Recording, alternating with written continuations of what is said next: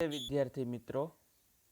વિદ્યાર્થી મિત્રો, જ્ઞાન મંજરી મોડર્ન સ્કૂલની ઈ લર્નિંગ યુટ્યુબ ચેનલમાં ફરી એકવાર આજે આપણે ધોરણ 11 અર્થશાસ્ત્રના વિષય સાથે મળ્યા છીએ. અગાઉના વિડીયો લેક્ચરમાં આપણે અલગ અલગ ખર્ચાઓ, સ્થિર ખર્ચ કોને કહેવાય, અસ્થિર ખર્ચ કોને કહેવાય, કુલ ખર્ચ કોને કહેવાય, આ બધા વિશે માહિતી મેળવી આકૃતિ સહિત. આપણે સીમાંત ખર્ચ ત્યાં અટક્યા હતા. તો આજના આ વિડીયો લેક્ચરમાં આપણે સીમાંત ખર્ચથી શરૂ કરીએ અને અલગ અલગ બીજા આવકના જે ખ્યાલો છે એની પણ સમજૂતી મેળવીએ. તો ચાલો આપણે શરૂ કરીએ. સીમાંત ખર્ચની વાત કરીએ તો સીમાંત ખર્ચનો અર્થ, આ ખર્ચ સમજવો ખૂબ જ જરૂરી છે. તો કે આપણે જાણીએ છીએ કે ઉત્પાદન વધારવામાં આવતા ખર્ચમાં પણ વધારો થાય છે. ફરી એકવાર જુઓ, સીમાંત ખર્ચ આપણે જાણીએ છીએ કે ઉત્પાદન વધારવામાં આવે તો ખર્ચમાં પણ વધારો થતો હોય છે. કુલ ઉત્પાદનના એક એકમનો વધારો અથવા ઘટાડો થવાથી કુલ ઉત્પાદન ખર્ચમાં જે ફેરફાર થાય તેને સીમાંત ખર્ચ કહે છે એમ કહી શકાય. આમ ટૂંકમાં વધારાનું એક એકમ ઉત્પન્ન કરવામાં કુલ ખર્ચમાં થતો ફેરફાર એને આપણે સીમાંત ખર્ચ તરીકે ઓળખી શકીએ. ફરી એકવાર ખૂબ અગત્યનું છે, સીમાંત ખર્ચ એટલે શું?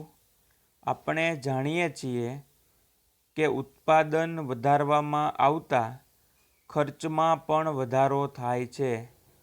કુલ ઉત્પાદનમાં એક એકમનો વધારો અથવા ઘટાડો થવાથી કુલ ઉત્પાદન ખર્ચમાં જે ફેરફાર થાય તેને સીમાંત ખર્ચ કહે છે.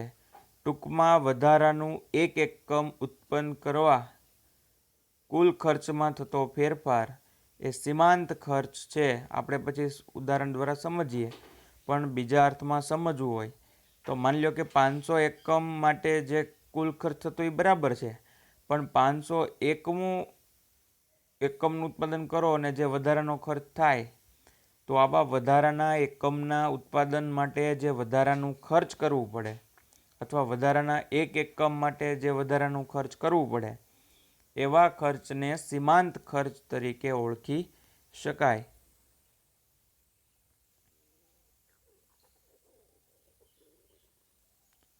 સૂત્ર દ્વારા સમજાવવાનો પ્રયત્ન કર્યો છે. આપણે જોઈએ કે આપણે સ્મોલ n એકમોના ઉત્પાદન ખર્ચ અને n-1 એકમોના ઉત્પાદન ખર્ચના તફાવત દ્વારા સીમાંત ખર્ચ મેળવવા સંજ્ઞાની રીતે નીચે મુજબ સૂત્ર મેળવીએ. MCN બરાબર TCN minus TCN-1. Small n છે એ એકમોની સંખ્યા છે. MCN બરાબર સ્મોલ n એ સીમાંત ખર્ચ છે. આમ TCN બરાબર n એકમોનો કુલ ખર્ચ છે. એમાં TCN-1 માંથી n-1 જે કુલ ખર્ચ આપણને મળી શકે. સૂત્રમાં 3 મૂકીએ તો MC3 બરાબર TC3 અને TC3-1. આમ છેલ્લે જ્યારે આંકડાકીય માહિતી રીતે જોવા જઈએ તો MC3 બરાબર 21-16 એટલે 5 રૂપિયાનો સીમાંત ખર્ચ થાય. આવી રીતની સમજૂતી પૂછાતી નથી, ફક્ત એણે આપ્યું છે, પણ આપણે તો ખાલી સીમાંત ખર્ચ એટલે શું એની વ્યાખ્યા અગત્યની છે. સ્ક્રીન ઉપર તમને જે ગાણિતિક સૂત્રના દ્વારા જે ગણતરી દર્શાવી છે એવી રીતનું કોઈ પણ પ્રશ્ન પૂછાતો નથી, ફક્ત જાણકારી માટે છે. નીચેની અનુસૂચિ મુજબ ત્રીજા એકમના સીમાંત ખર્ચ એ ત્રીજા એકમના કુલ ખર્ચ અને બીજા એકમના કુલ ખર્ચના તફાવત એટલે કે 5 જેટલો છે. આમ યાદ રાખવું જોઈએ કે સીમાંત ખર્ચ સ્થિર ખર્ચથી સ્વતંત્ર હોય છે. તેથી કહી શકાય કે સીમાંત ખર્ચ એ અસ્થિર ખર્ચમાં થતા ફેરફારોનું પરિણામ છે. જ્યારે ઉત્પાદન એ સ્મોલ n એકમો પરથી ઘટીને n-1 એકમો થાય છે ત્યારે કુલ અસ્થિર ખર્ચમાં થતો વધારો જેટલો સીમાંત ખર્ચ હોય છે. સીમાંત ખર્ચ ઉત્પાદનમાં ફેરફાર થવાથી કુલ ખર્ચમાં થતા ફેરફાર બરાબર છે તે માપે છે. હવે આપણને અનુસૂચિ આપી છે. અનુસૂચિ દ્વારા માહિતી મેળવવાનો પ્રયત્ન કરીએ. તો અનુસૂચિમાં પી પ્રોડક્શન ઉત્પાદનનું પ્રમાણ. તો ઉત્પાદન 1 એકમ 2 3 4 5 6 અને 7 એમ આપેલું છે. કુલ ખર્ચ ટીસી ટોટલ કોસ્ટ અંગ્રેજીમાં કહેવાય. 1 એકમ હોય ત્યારે 9, 2 એકમ હોય ત્યારે 16, 3 એકમ હોય ત્યારે 21, 4 એકમ હોય ત્યારે 28, 5 એકમ હોય ત્યારે 40, 6 એકમ હોય તો 54, 7 એકમ હોય તો 70. સીમાંત ખર્ચ 9, 7, 5, 7, 12, 14, 16 આવી રીતના આપેલો છે. કેવી રીતના મળે? તો કે 16માંથી 9 જાય. જો આ 16માંથી 9 જાય એટલે 7. એવી રીતે 21માંથી 16 જાય એટલે 5, 28માંથી 21 જાય એટલે 7, 40માંથી 28 જાય એટલે 12, 54માંથી 24 જાય એટલે 14, 70માંથી 54 જાય એટલે 16. આવી રીતના અનુસૂચિમાં દર્શાવ્યા મુજબ ત્રીજા એકમ સુધી ઉત્પાદન વધતા સીમાંત ખર્ચ ઘટે છે. ત્રીજા એકમે સીમાંત ખર્ચ લઘુત્તમ છે. ત્યાર પછી સીમાંત ખર્ચમાં સતત વધારો થતો જાય છે. આકૃતિ દ્વારા પણ દર્શાવવાનો પ્રયત્ન કર્યો છે. જેવી રીતે આપણે આકૃતિ અગાઉની બધી જોઈ એ જ રીતના આકૃતિ છે. બે ધરી હોય છે. આવડી આ ધરી OY છે. આ જે છે OX છે. OX ધરી પર ઉત્પાદનનું પ્રમાણ આપેલું છે. OY ધરી પર સીમાંત ખર્ચ રૂપિયામાં આપેલો છે. અને આ જે યુ આકાર જેવી અમુક આકૃતિ બને છે એ સીમાંત ખર્ચની આકૃતિ છે. આકૃતિમાં દર્શાવ્યા મુજબ કુલ સરેરાશ ખર્ચની જેમ જ શરૂઆતમાં સીમાંત ખર્ચ ઘટે છે, પરંતુ અમુક સમય બાદ તેમાં વધારો થાય છે, કારણ કે ઉત્પાદન વધતા આરંભમાં કુલ અસ્થિર ખર્ચ ઘટતા દરે વધે છે અને અમુક બિંદુ પછી વધતા દરે વધે છે. તેથી શરૂઆતમાં ઉત્પાદન વધતા સીમાંત ખર્ચ ઘટે છે અને અમુક બિંદુ પછી વધે છે. આમ આકૃતિમાં સીમાંત ખર્ચની રેખા હોકી સ્ટિક જેવી હોય છે. યાદ રાખજો, સીમાંત ખર્ચની રેખા કેવી હોય? તો કે હોકી સ્ટિક જેવી, અડધી વળેલી અને બાકી સ્ટ્રેટ.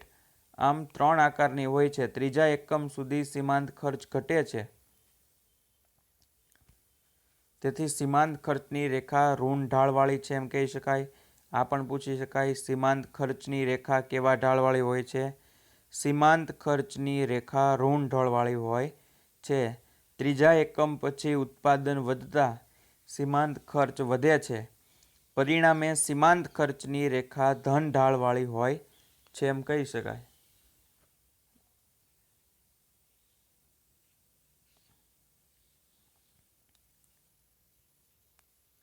સરેરાશ ખર્ચ અને સીમાંત ખર્ચ એની વિશે માહિતી મેળવીએ.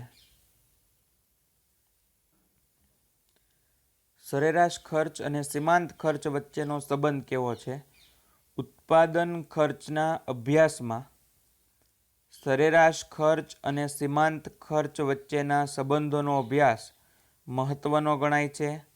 સરેરાશ ખર્ચ એકમ દીઠ સરકારી ઉત્પાદન ખર્ચ છે અને સીમાંત ખર્ચ એ સીમાંત એકમ ઉત્પન્ન કરવાનું ખર્ચ છે.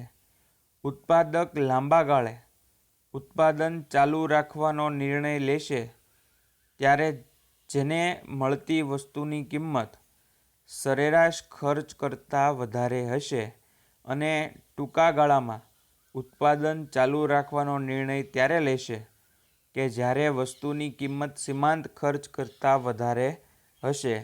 આમ ઉત્પાદન અંગેના નિર્ણયો લેવામાં સરેરાશ ખર્ચ અને સીમાંત ખર્ચનો ખ્યાલ વધુ મહત્વનો છે. એક ઉદાહરણ દ્વારા અને અનુસૂચિ દ્વારા ફરી એકવાર સમજવાનો પ્રયત્ન કરીએ.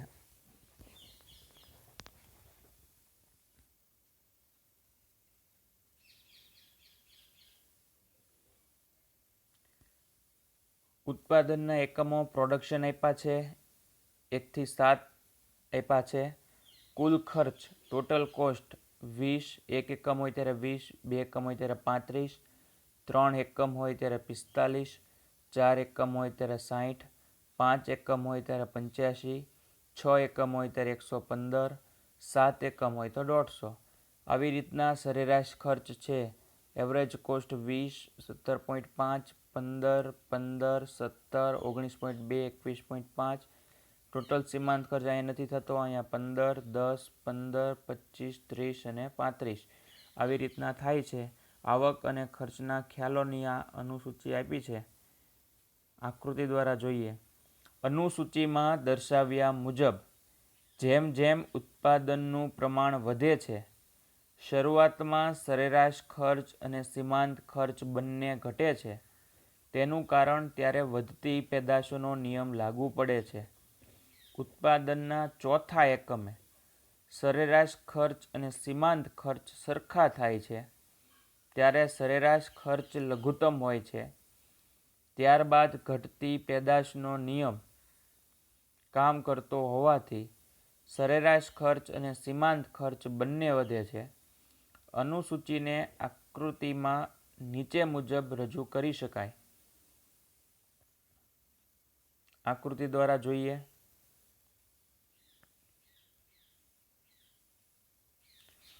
આકૃતિમાં OX ધરી પર ઉત્પાદનનું પ્રમાણ અને OY ધરી પર ઉત્પાદન સરેરાશ ખર્ચ અને સીમાંત ખર્ચ દર્શાવવામાં આવેલા છે. આ બંને ખર્ચાઓ વચ્ચેના સંબંધો એ નીચે મુજબ દર્શાવી શકાય છે. હવે આમાં પણ OX ધરી પર ઉત્પાદનનું પ્રમાણ, OY ધરી પર સીમાંત ખર્ચ આપેલો છે અને આ જે રેખા છે એ સીમાંત ખર્ચ રેખા છે અને આ સરેરાશ ખર્ચ રેખા છે. એ એકબીજાને C બિંદુએ છેદે છે. જો બંનેને એકબીજાને C બિંદુએ છેદે છે.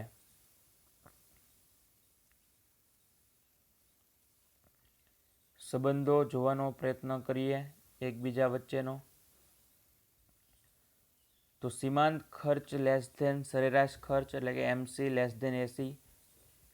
શરૂઆતમાં સરેરાશ ખર્ચ ઘટે છે ત્યારે સીમાંત ખર્ચ પણ ઘટે છે, પરંતુ સરેરાશ ખર્ચના ઘટાડા કરતાં સીમાંત ખર્ચનો ઘટાડો ઝડપી હોવાથી સરેરાશ ખર્ચની રેખા કરતાં સીમાંત ખર્ચની રેખા નીચી હોય છે એમ કહી શકાય.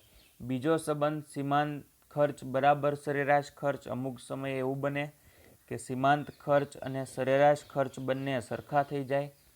તો જ્યારે સરેરાશ ખર્ચ લઘુત્તમ હોય છે ત્યારે સીમાંત ખર્ચની રેખા સરેરાશ ખર્ચની રેખાને નીચેથી છેદીને પસાર થાય છે.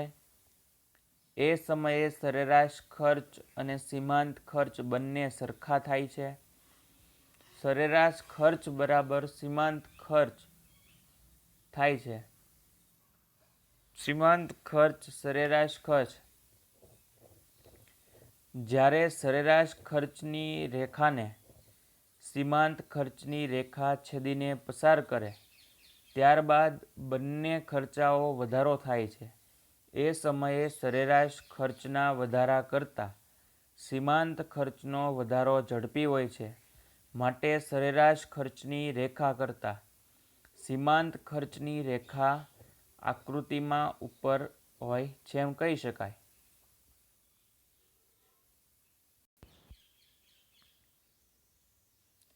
ત્યારબાદ જોઈએ તો લાંબા ગાળાની સરેરાશ ખર્ચની રેખા, જેને અંગ્રેજીમાં long run average cost Karve કરવામાં આવે છે. પ્રોફેસર બેનહામ જણાવે છે, યાદ રાખજો, પ્રોફેસર બેનહામ જણાવે છે કે લાંબા ગાળે સ્થિર ખર્ચ અને અસ્થિર ખર્ચ એવું વર્ગીકરણ હોતું નથી. લાંબા ગાળે તો બધા જ ખર્ચાઓ અસ્થિર જ હોય છે. યાદ રાખજો, આ ખાસ પૂછાય છે કે લાંબા ગાળે બધા જ ખર્ચાઓ અસ્થિર હોય છે. આવું કોણે કીધું? પ્રોફેસર બેનહામ જણાવે છે કે લાંબા ગાળે સ્થિર ખર્ચ અને અસ્થિર ખર્ચ એવું વર્ગીકરણ હોતું નથી. લાંબા ગાળે તો બધા ખર્ચાઓ અસ્થિર જ હોય છે. ટૂંકા ગાળાના ખર્ચનું જે સ્થિર અને અસ્થિર ખર્ચમાં વિભાજન થાય છે તે લાંબા ગાળે અપ્રસ્તુત બને છે. સ્થિર અને અસ્થિર ખર્ચનો તફાવત ટૂંકા ગાળા માટે હોય છે. લાંબા ગાળા ઉત્પાદનનું પ્રમાણ વધારવા માટે પેઢીએ સાધનોનું પ્રમાણ પણ વધારવું પડે છે. આમ સાધનો વધતા બધા ખર્ચાઓ પણ વધે છે. તેથી સ્થિર ખર્ચ જેવું કંઈ રહેતું નથી. પેઢી મોટી બને છે, પરિણામે અસ્થિર ખર્ચાઓ ઉત્પાદનની સાથે વધતા જાય છે. એક ઉદાહરણ પરથી સમજીએ કે પેઢીમાં કામ કરતા કાયમી શ્રમિકોને ચૂકવાતું વેતન ટૂંકા ગાળામાં સ્થિર ખર્ચ ગણાય, પરંતુ જો બજારમાં વસ્તુની માંગ વધે અને નિયોજકને લાગે કે આ માંગ કાયમી અથવા લાંબા ગાળા માટે વધી છે, તો વધારાના શ્રમિકોને કામ ઉપર રાખે છે. જમીનનો વધારાનો ટુકડો ભાડે અથવા વેચાણથી લઈને પેઢીને મોટી બનાવવામાં આવે છે. આમ લાંબા ગાળે સ્થિર ખર્ચ જેવું કંઈ હોતું નથી. બધા જ ખર્ચાઓ લાંબા ગાળે અસ્થિર હોય છે. યાદ રાખવું, વિકલ્પમાં પૂછી શકાય. અત્યાર સુધી આપણે તમામ ખર્ચાઓ જોવાનો પ્રયત્ન કર્યો. હવે આપણે આવકના ખ્યાલો વિશે માહિતી મેળવવાની છે. Concept of revenue. અત્યાર સુધી આપણે ખર્ચના ખ્યાલો જોયા. હવે આપણે આવકના ખ્યાલો જોવાનો પ્રયત્ન કર્યો. મૂડીવાદી બજાર વ્યવસ્થામાં ઉત્પાદનનો હેતુ મહત્તમ નફાનો છે. તેથી આવકના ખ્યાલોનું મહત્ત્વ વધારે છે. પેઢીની કુલ આવક તેના કુલ ખર્ચથી વધારે થાય તો પેઢીને નફો મળે છે, અને જો પેઢીના નિર્ણયથી પેઢીની કુલ આવક તેના કુલ ખર્ચથી ઓછી થાય તો પેઢીને ખોટનો સામનો કરવો પડે છે. પરંતુ નફાના વિશ્લેષણમાં કુલ આવક કરતાં સરેરાશ આવક અને સીમાંત આવકના ખ્યાલો વધારે મહત્ત્વના હોય છે. તેથી આપણે સર્વપ્રથમ કુલ આવક, સરેરાશ આવક અને સીમાંત આવકના ખ્યાલને સમજી લેવાનો પ્રયત્ન કરીએ.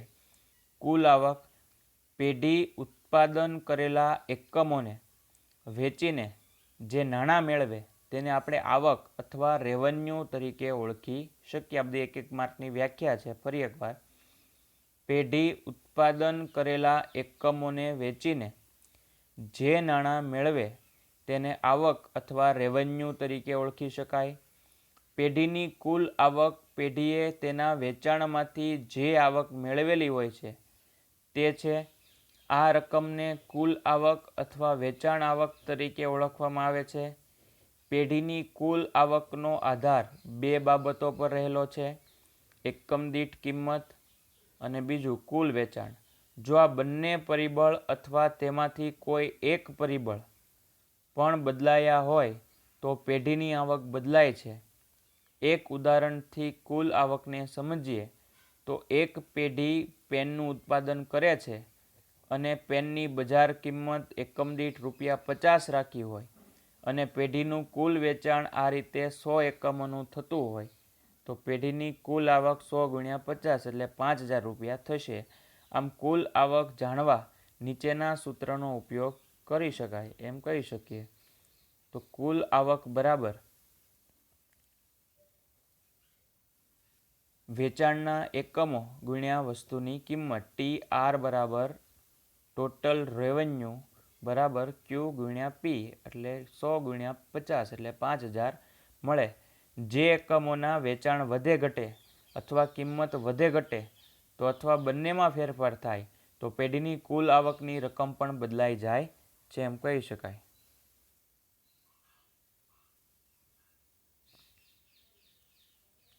સરેરાશ આવક. ત્યારબાદ જોઈએ, કોઈ એક પેઢીની સરેરાશ આવક તે પેઢીની કુલ આવકને પેઢીના કુલ ઉત્પાદન એટલે કે વેચાણ એકમોથી ભાંગવામાં આવે એટલે સરેરાશ આવક મળે. ખર્ચાઓ જેટલું અઘરું છે નહીં, આ બધી આવકોની સરળ છે. ફરીવાર, કોઈ એક પેઢીની સરેરાશ આવક તે પેઢીની કુલ આવકને પેઢીના કુલ ઉત્પાદન એકમોથી ભાંગવામાં આવે તો દાખલા તરીકે સૂત્ર દ્વારા જોઈએ તો સરેરાશ આવક બરાબર કુલ આવક છેદમાં કુલ વેચાણ. સંકેતમાં જોઈએ તો AR બરાબર TRના છેદમાં Q, જેમાં AR સરેરાશ આવક છે, TR કુલ આવક છે, Q વેચાણ થતી વસ્તુઓના એકમો છે. ઉદાહરણ દ્વારા સમજાવવાનો પ્રયત્ન કર્યો છે, જોઈ લઈએ. ઉદાહરણ દ્વારા સમજીએ તો પેઢીએ પેનનું વેચાણ 1000 એકમનું કર્યું છે અને પેઢીની કુલ વેચાણ આવક 50,000 છે. સૂત્રમાં મૂકીએ તો 50,000 છેદમાં 1000 એટલે 50 એકમ સરેરાશ આવક છે. એટલે કે પેનના એક એકમ દીઠ થતી આવક એ સરેરાશ આવક છે. સામાન્ય રીતે પેઢી બધા એકમોનું વેચાણ એકસરખી કિંમતે કરે છે તો સરેરાશ આવક કિંમત જેટલી હોય છે એવું માની લેવામાં આવે છે એમ કહી શકાય.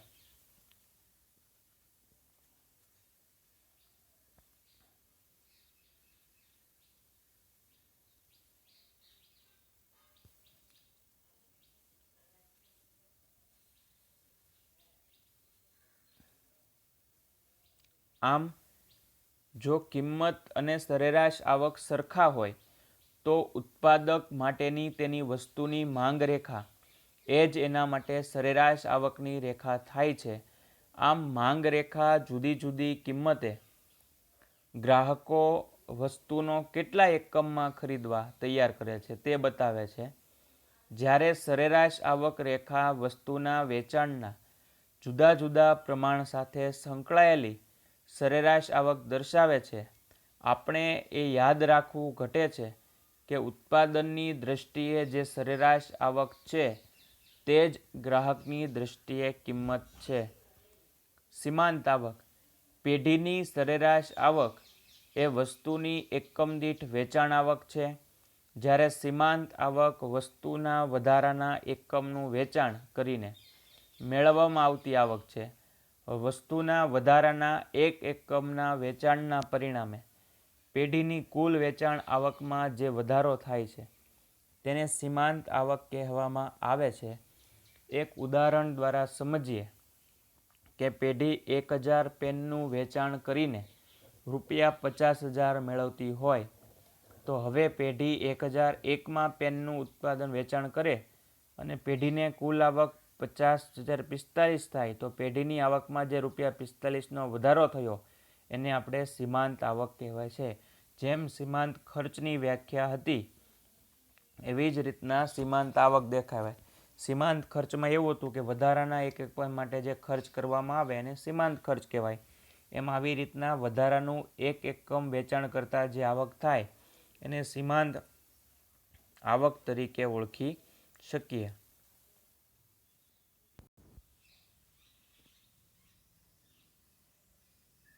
સૂત્ર સંકેત દ્વારા દર્શાવ્યું છે MRN બરાબર RN-RN-1. જેમ સીમાંત ખર્ચના ઉદાહરણ દ્વારા જોયું હતું એવી જ રીતના આમાં દર્શાવ્યું છે.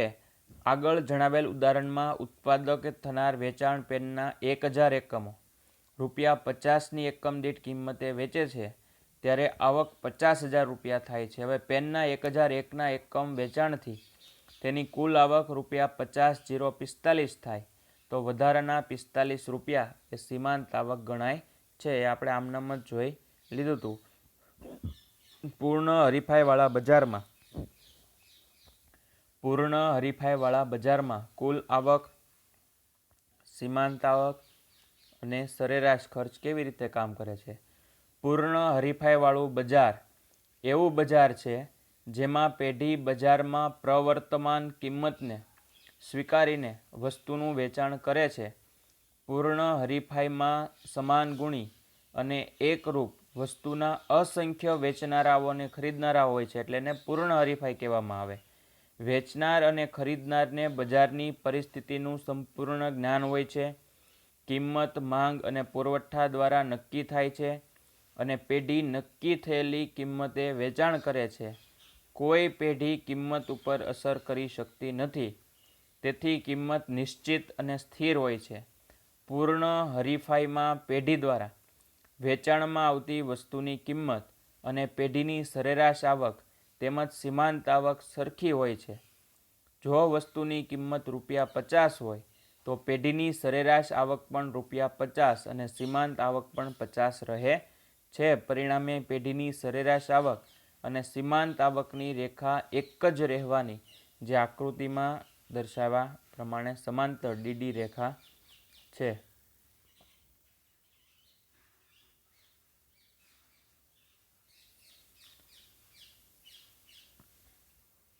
આકૃતિમાં જોઈએ તો આકૃતિમાં પેઢીની આવક રેખા દર્શાવવામાં આવી છે. તેમાં 3 બાબતો જોઈ શકાય છે. પહેલું, પૂર્ણ હરીફાઈવાળા બજારમાં પેઢીની સીમાંત આવક અને સરેરાશ આવક સ્થિર અને એક સમાન હોવાથી એક જ રેખા ડબલ ડી રેખા દ્વારા દર્શાવી શકાય છે. ડબલ ડી રેખા ડીડી રેખા ઉપરના બિંદુઓ સરેરાશ આવક બરાબર સીમાંત આવક દર્શાવે છે.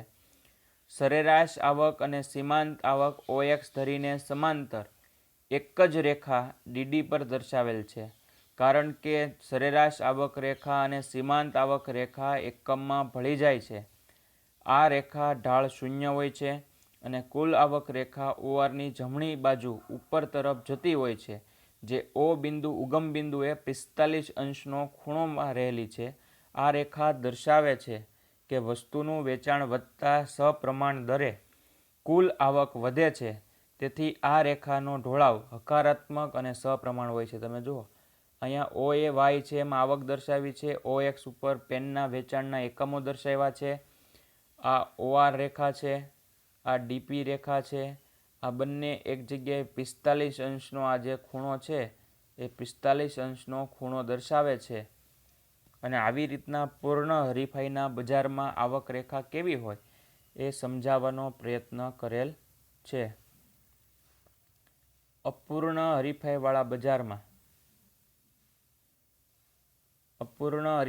બજારમાં આવક, કુલ આવક, સીમાંત આવક અને સરેરાશ આવક. ફરી એકવાર, total revenue, marginal revenue and average revenue under imperfectly competitive market.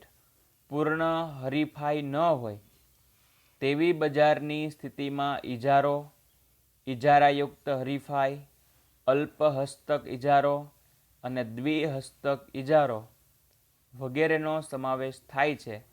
સામાન્ય રીતે આવા બજારમાં, ખાસ કરીને ઇજારા અને ઇજારાયુક્ત હરીફાઈવાળા બજારમાં, ઉત્પાદકે વસ્તુનું વધુ વેચાણ કરવા માટે, એટલે કે પોતાની વસ્તુની માંગ વધારવા માટે કિંમતની ઘટાડવી પડે છે. વેચાણમાં વધારો થતાં પેઢીની કુલ આવક ઘટતા દરે વધે છે. પરિણામે સરેરાશ આવક અને સીમાંત આવકમાં તફાવત સર્જાય છે. કિંમત ઘટતી હોવાથી સરેરાશ આવક રેખા નીચે મુજબ ઢળતી હોય છે. વધુ વેચાણ માટે કિંમતનો ઘટાડો અનિવાર્ય હોવાથી સીમાંત આવક પણ ઘટે છે. આમ વસ્તુની કિંમત ઘટતા સરેરાશ આવક અને સીમાંત આવક પણ ઘટે છે. પરંતુ સરેરાશ આવકના ઘટાડા કરતાં સીમાંત આવકનો ઘટાડો ઝડપી હોવાથી સરેરાશ આવકની રેખા કરતાં સીમાંત આવકની રેખા નીચે હોય છે, જે આકૃતિમાં જોઈ શકાય છે. જેમ આકૃતિ હતી એવી જ રીતના આપણો છેલ્લો ટોપિક છે. છેલ્લી આકૃતિ આવી રીતના જ દર્શાવી છે. આકૃતિમાં સરેરાશ આવક અને સીમાંત આવકની રેખા ડાબી બાજુથી જમણી બાજુ ઉપરથી નીચે તરફ ઢળતી દર્શાવેલી છે. વેચાણ વધારવા કિંમત ઘટાડવી પડતી હોવાથી સરેરાશ આવક કરતાં સીમાંત આવક વધુ ઝડપથી ઘટે છે. માટે આકૃતિમાં સરેરાશ આવક રેખા AR કરતાં સીમાંત આવક રેખા નીચે છે કે વેચાણ વધારતા સરેરાશ આવક કિંમતમાં થતા ઘટાડા કરતાં સીમાંત આવકમાં થતો ઘટાડો વધારે છે. આમ સરેરાશ આવક કરતાં સીમાંત આવક વધુ ઝડપથી ઘટવાનું કારણ એ છે કે વધારાનું એકમ વેચવા માટે કિંમતમાં જે ઘટાડો કરવામાં આવે તે અગાઉના એકમોને પણ લાગુ પડે છે એમ કહી શકાય. આમ અહીંયા પણ OY ધરી પર આવક દર્શાવી છે, OX ધરી પર ઉત્પાદનનું ખર્ચ છે. આ સરેરાશ AR જે સરેરાશ ખર્ચ રેખા છે, આવક રેખા છે, અને આ સીમાંત આવક રેખા છે. આમ પૂર્ણ હરીફાઈ સિવાયના બજારમાં આવકની રેખા આવી રીતના અસર કરતી હોય છે. તો આવી રીતના આપણે આ યુનિટ નંબર 5 આવક અને ખર્ચના ખ્યાલો એ જોવાનો પ્રયત્ન કર્યો. આ બધા વિદ્યાર્થી મિત્રો સ્વાધ્યાય છે એ પાકી બુકમાં લખી નાખજો.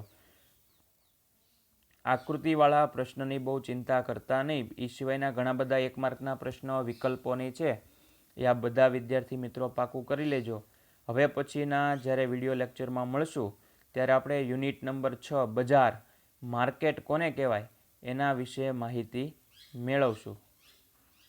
આભાર.